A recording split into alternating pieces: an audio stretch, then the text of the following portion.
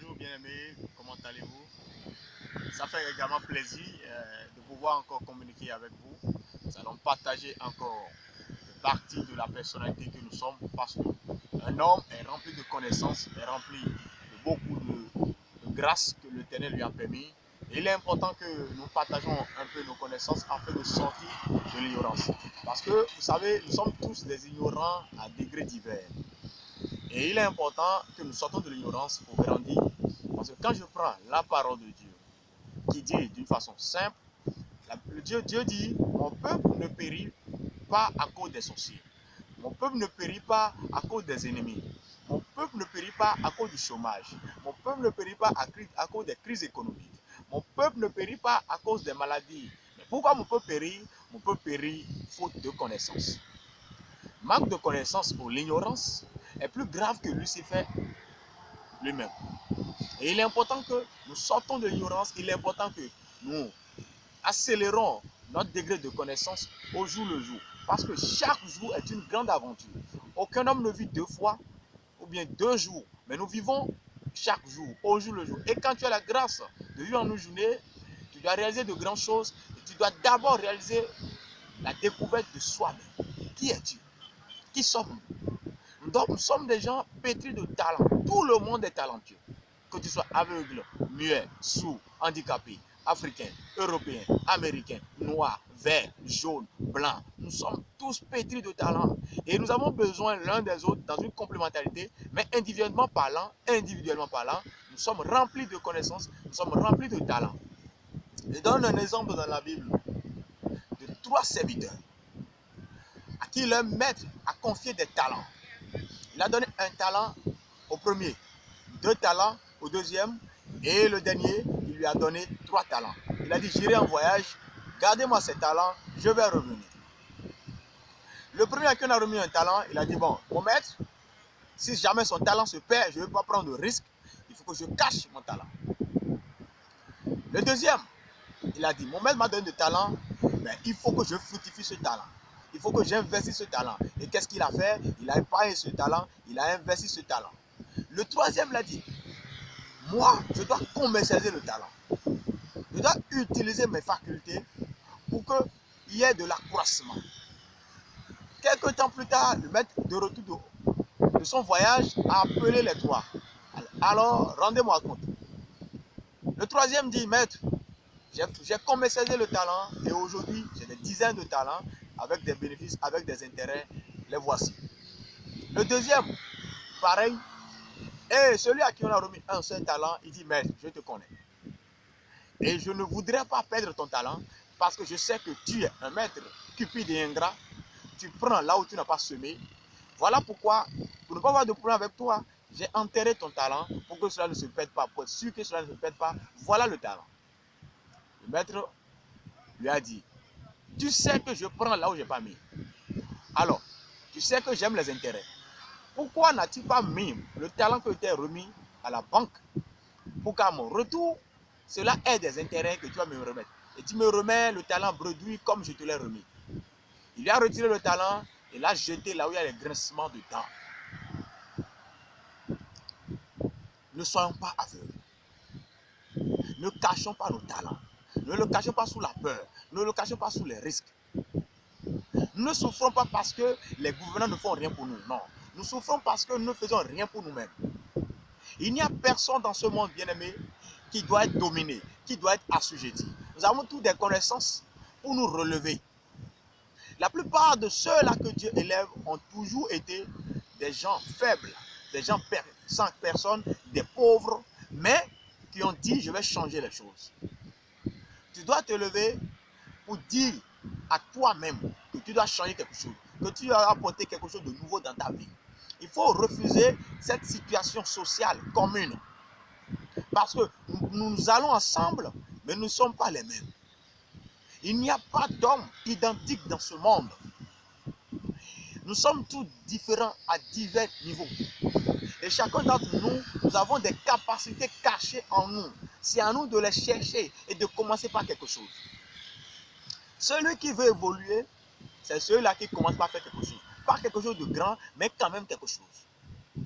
Et quand tu veux devenir grand, il faut commencer par le petit. Peu importe ce qui se passe, peu importe ta situation, il est important que tu sors et que tu cesses d'attendre les gouvernements, que tu cesses d'attendre tes parents, que tu cesses d'attendre les projets d'entreprise, les emplois. Mais que tu te lèves pour faire quelque chose à partir de 0 francs.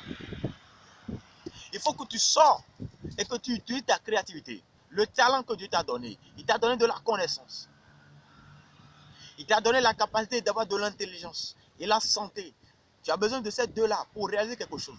Parce que si tu vis dans ce monde sans laisser une trace, sans créer quelque chose, et que tu vis sans agir, tu seras gangréné par l'oisiveté, et l'oisiveté pousse vers le péché, ça pousse vers les délits, ça pousse vers le dépravement. Il faut que tu sors de l'anonymat. Il faut sortir de l'anonymat, il faut sortir de l'inactivité et commencer par procréer. Il y a tout en l'homme. Et il y a tout en toi. Tout ce dont tu as besoin sur cette terre, c'est toi-même. Je le dis et je le répète, chacun d'entre nous, nous sommes des sources de richesse. Parce qu'un homme composé de 3 facultés, de 3 dimensions. Un homme est un esprit, possédant une âme et vivant dans un corps. Et ces 3 dimensions réunies à former l'homme qui est au-dessus de tous les animaux, qui a de la connaissance, qui enregistre des connaissances et qui doit mettre au profit ses connaissances en faveur de lui-même. Un homme doit avant tout et après tout chercher à sortir d'une situation inférieure à une situation supérieure. Tous ceux-là qui disent qu'ils sont dans le chômage, c'est ceux-là qui ont choisi de vivre dans la douleur, dans la galère. Il faut faire souffrir le corps maintenant pour qu'il soit heureux demain. Et le corps, il est prêt à tout, il s'adapte à toute situation. Le Christ a dit quelque chose à Pierre. Je prends le côté biblique pour nous parler de notre système entrepreneurial. Parce que nous devons tout entreprendre. Tout le monde doit entreprendre. Tout le monde doit entreprendre. Tout le monde doit faire quelque chose. Tout le monde doit créer quelque chose. Le Christ a dit à Pierre, quand tu es jeune, tu peux aller où tu veux. Tu peux faire ce que tu veux. Mais lorsque tu deviendras vieux, on t'amènera là où tu ne voudras pas. Et tu feras, on t'obligera à faire ce que tu ne voudras pas. Quand tu as la possibilité de faire quelque chose, quand tu as la possibilité de te battre et que tu ne le fais pas, lorsque tu vas vieillir, tu feras ce que tu ne voudras pas. Je connais un vieux et qui tourne autour des 80, voilà 79, et qui aujourd'hui est un gardien, agent de sécurité. Je me suis rapproché de lui, je lui ai demandé, mais comment se fait-il que vous travaillez encore à cet âge? Il m'a expliqué qu'il a mal utilisé sa jeunesse, qu'il a passé son temps à travailler sous des gens, qu'il a voyagé partout en Afrique, mais aujourd'hui c'est un agent de sécurité. Pourquoi? Parce qu'il n'a pas préparé sa vieillesse. Il n'a plus le temps de jouir de sa jeunesse. Comme le dit la parole dans Ecclésiaste, il dit, résultat de ta jeunesse, mais le jour viendra où tu seras en jugement. Il y a le jugement de la terre et le jugement de Dieu. Cet homme qui devient un gardien à 80 ans, c'est parce que quand il était jeune, il n'a pas su construire sa vieillesse. Il n'a pas su entreprendre. Il n'a pas su préparer sa retraite. Arrête de te coucher. Arrête de te rester caché sans avoir un projet. Commence par n'importe quoi, n'importe quoi. Mais sache que c'est quelque chose de subsidiaire. Commence par tout ce que tu veux. Fais quelque chose. Si c'est pour balayer la route, balaye-le pour un temps donné. Et tu as les moyens pour commencer quelque chose. Et il y a une chose. Tant que tu ne sors pas, tu ne rencontres pas les opportunités. Tant que tu ne fais pas quelque chose, tu ne rencontres pas des opportunités. Même quand tu as l'idée entrepreneuriale, il ne faut pas que tu restes là en disant si un jour je trouve de l'argent, je vais faire ci. Non. Va chercher l'argent qu'il te faut pour commencer ton entreprise. Tu peux avoir un emploi de 6 mois. On t'a embauché, mais dans ton cœur, tu sais que c'est pour faire 6 mois, tu sais que c'est pour faire 1 an. Et une fois les sous réunis, eh bien, je vais entreprendre. Je vais commencer quelque chose. Il faut faire du stage. Il faut préparer le corps au marketing, au commerce, au mouvement. Il est important que la jeunesse du monde, nous nous levons et que nous cessons d'espérer les grands, nous cessons d'espérer les riches, nous cessons d'espérer les puissants. Nous qui sommes faibles, devenons puissants, relevons-nous et agissons pour devenir des grands et des puissants. Regardez l'exemple de la Chine. La Chine n'était pas un pays considéré. Même le Japon était supérieur à la Chine dans le passé. La Chine n'avait pas cette capacité de pouvoir rivaliser. Mais les Chinois se sont levés. Ils ont commencé à faire des choses insignifiantes. Des gens ne les ont pas considérés. Ils ont persévéré. Ils ont persévéré à vouloir créer quelque chose. Si c'est vendre de l'eau, ils sont prêts à vendre de l'eau. Le temps que cela voudra. Et vous savez, quand on sème le travail, on récolte la grandeur. Quand on sème le travail, on récolte l'honneur. Et il est important que l'honneur qui est caché soit révélé. Tu ne peux pas changer de statut si tu n'entreprends pas, si tu ne fais pas quelque chose, si tu ne te lèves pas. Il est temps de se lever. Tout travaille. Ne soyez pas aveugles. La mer travaille, le soleil travaille, l'air travaille, le vent travaille. Toute chose est en perpétuelle activité. Et l'homme qui est au-dessus de toute la création, comment peux-tu rester caché, assis là, en espérant une opportunité? Tu es l'opportunité de ta vie. Tu es la richesse dont tu as besoin. Mais c'est de bouger. Tu n'as pas besoin de savoir exactement ce que tu as à faire. Quand tu commences, tu te retrouves. Celui qui ne commence pas ne se retrouve pas. Il faut commencer quelque part avant de se retrouver. J'aime beaucoup donner l'exemple des footballeurs. Et c'est important parce que c'est un exemple vraiment populaire, tout le monde pourra se comprendre dedans. Je prends un joueur comme Fernando Torres. Si j'ai bonne mémoire, il a commencé en tant que gardien de but. Et il a fini attaquant. Il faut commencer quelque chose. Après, tu vas te situer. Comme je l'ai dit la dernière fois, Drogba, il a commencé en tant que latéral et il a fini attaquant. Il faut commencer quelque chose, quelque part. Et quand même tu te perds, parce que tu as commencé, Dieu te situe. Parce que Dieu n'agit pas pour quelqu'un qui n'agit pas. Quand tu agis, Dieu agit.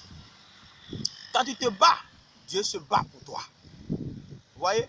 Même la foi, on dit une foi non agissante est une foi morte. Dieu aime le mouvement. Et nous sommes créés pour bouger. Nous sommes créés pour mouvoir. Il faut utiliser ton cerveau. Use your breath. Il faut utiliser le cerveau. Il faut utiliser les bras. Il faut utiliser tes muscles. Il faut utiliser ta patience. Il faut tout utiliser de ta vie. Il faut enrichir des connaissances. Il y a plein d'activités partout dans le monde. Il faut créer l'emploi. Il faut créer de la richesse.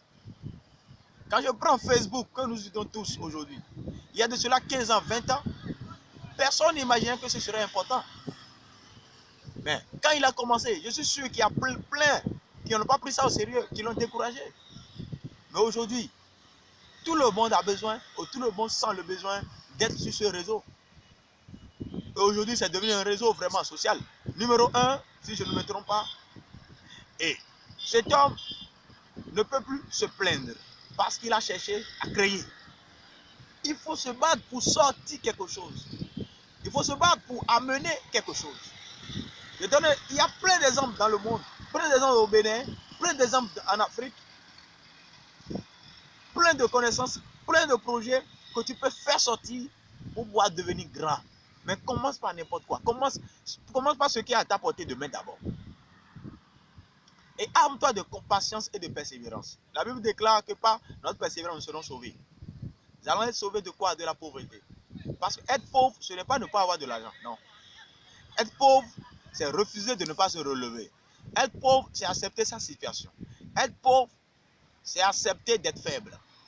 Être pauvre, c'est se voir impuissant. Être pauvre, c'est se limiter. Parce que l'homme n'a pas de limite. Aucun homme n'a de limite. Si tu fiches une limite, ton corps l'accepte, ton esprit l'accepte, et ton âme n'a pas le choix. Mais Dieu ne nous a pas donné de limite. Nous pouvons obtenir tout ce que nous voulons. Et je parle à la jeunesse. On n'a pas besoin de faire comme les autres. Nous avons besoin de faire différent. Nous devons marquer la différence. Nous devons être une différence. Nous devons être l'exception.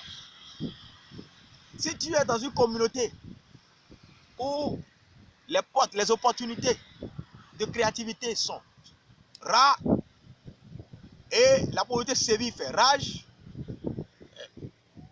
lève-toi et fais quelque chose, même quand cela n'est pas si grand, même quand on n'y donne pas de la valeur.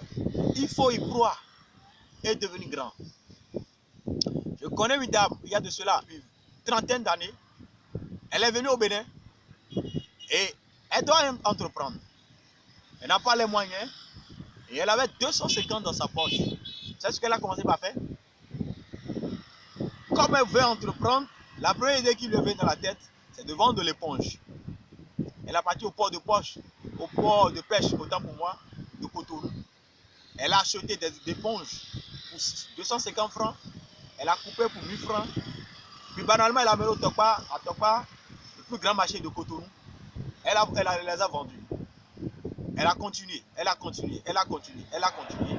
Aujourd'hui, 20 ans plus tard, elle est l'un des grands grossistes, vendeurs d'éponges qui livrent en gros aux bonnes dames de Tokpa. La zone dans laquelle elle vend les éponges, tous ceux qui se moquaient d'elle, aujourd'hui sont dans ce milieu et se nourrissent grâce à ce marché qu'elle a sorti. Montre le chemin aux gens. Peu importe ce que tu as 500, tu peux commencer quelque chose avec 500. J'ai besoin que la jeunesse, et je veux que la jeunesse, nous levons, que nous travaillons. Il faut battre le fer, il faut transpirer, il faut galérer pour un temps, il faut être organisé. Il faut avoir un chrono, il faut s'armer de patience. Ça ne va pas aujourd'hui, ça va parce que je bouge. Quand tu bouges, ça va déjà.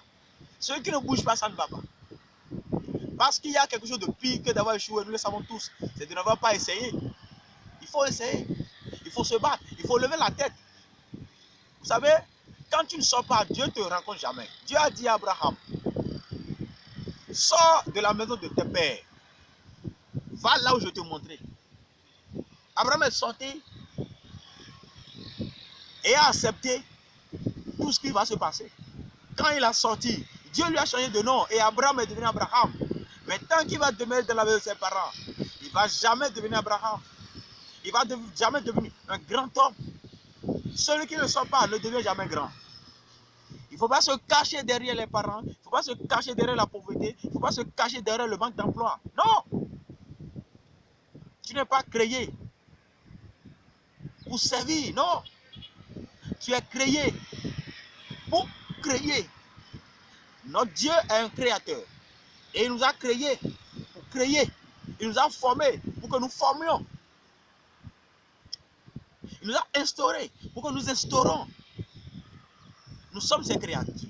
À nous de procréer. Où est notre procréation? Quand tu ne procrées pas, quand tu ne crées pas de la richesse, quand tu ne crées pas de la connaissance, Dieu va t'en demander.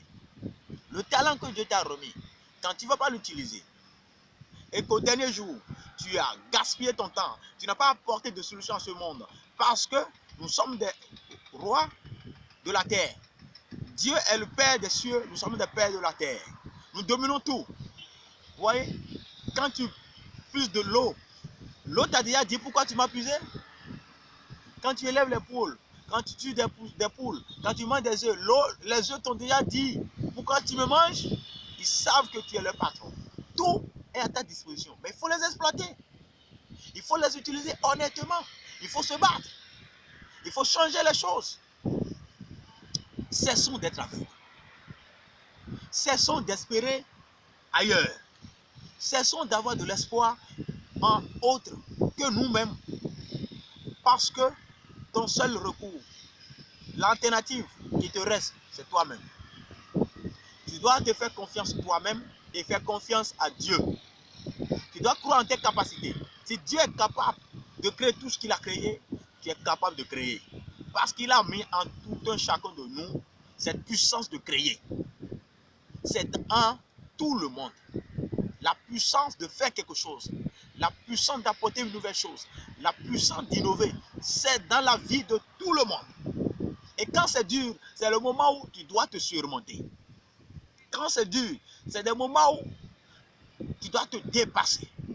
Vous savez bien que sans les épreuves, il n'y a pas de réussite. Ceux qui ont été à l'examen une fois, il faut me comprendre. Tu ne peux pas avoir le bac sans avoir été à un examen. C'est impossible. Tu ne peux pas t'appeler bachelier.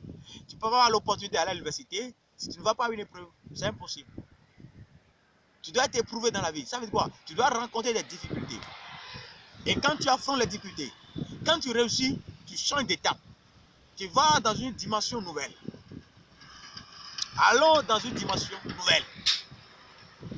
Fais ce que tout le monde n'accepte pas de faire. Parce que tu n'es pas tout le monde. Chacun d'entre nous sommes uniques. Nous avons un nom différent des autres.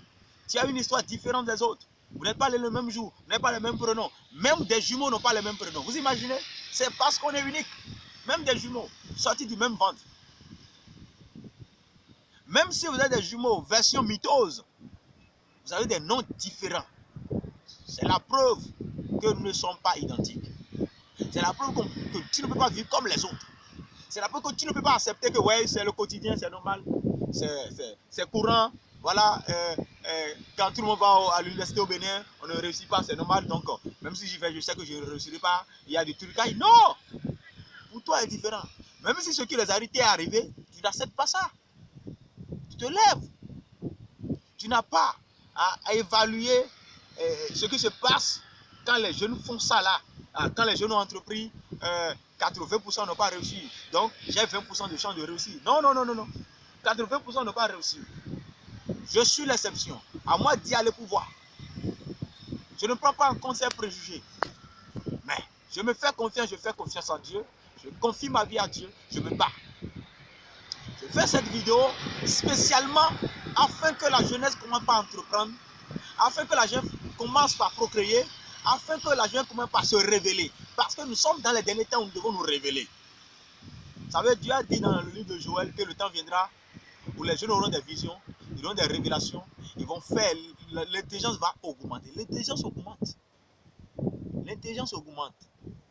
Et il faut sortir le grand jeu. Il faut sortir le grand jeu, il faut faire de grandes choses. Je connais plein d'écrivains, par exemple africains, qui sont des autodidactes, ils n'ont jamais été à l'école. Et aujourd'hui, ils n'ont rien à envier aux plus sages ou aux plus intellectuels du monde. Le plus important, ce n'est pas que tu sois intellectuel. Le plus important, c'est que tu utilises ton intelligence. Tu agrandis ton intelligence, pas des expériences. Et il est important que nous suivions cette idée. Parce que j'y tiens beaucoup. Je tiens à ce que nous nous levons. Je tiens à ce que nous faisons quelque chose de nouveau. Je tiens à ce que la jeunesse mondiale se lève. Lève-toi là où tu es. Tu es au village, lève-toi. Commence par faire ce qui est apporté de main au village. Lève-toi là. Bats-toi. Ne vois pas les autres. Encourage-toi toi-même. Dieu a dit à Josué, fortifie-toi toi-même. Dieu n'a pas dit, Josué, je vais te fortifier. N'attends pas que quelqu'un vienne t'encourager. Encourage-toi toi-même. Dieu a dit à Josué, fortifie-toi toi-même. Bah, si tu vas attendre que les autres vont te fortifier, vont te décourager, ce qui t'a fortifié aujourd'hui va te donner de mauvais conseils demain. Parce qu'il va changer d'humeur. Il n'y aura plus les mêmes ondes d'idées. Il n'y aura plus, c'est pas, cet automatisme, cette combinaison d'idées. Ça va changer. Mais c'est à toi-même. Tu es ton maître.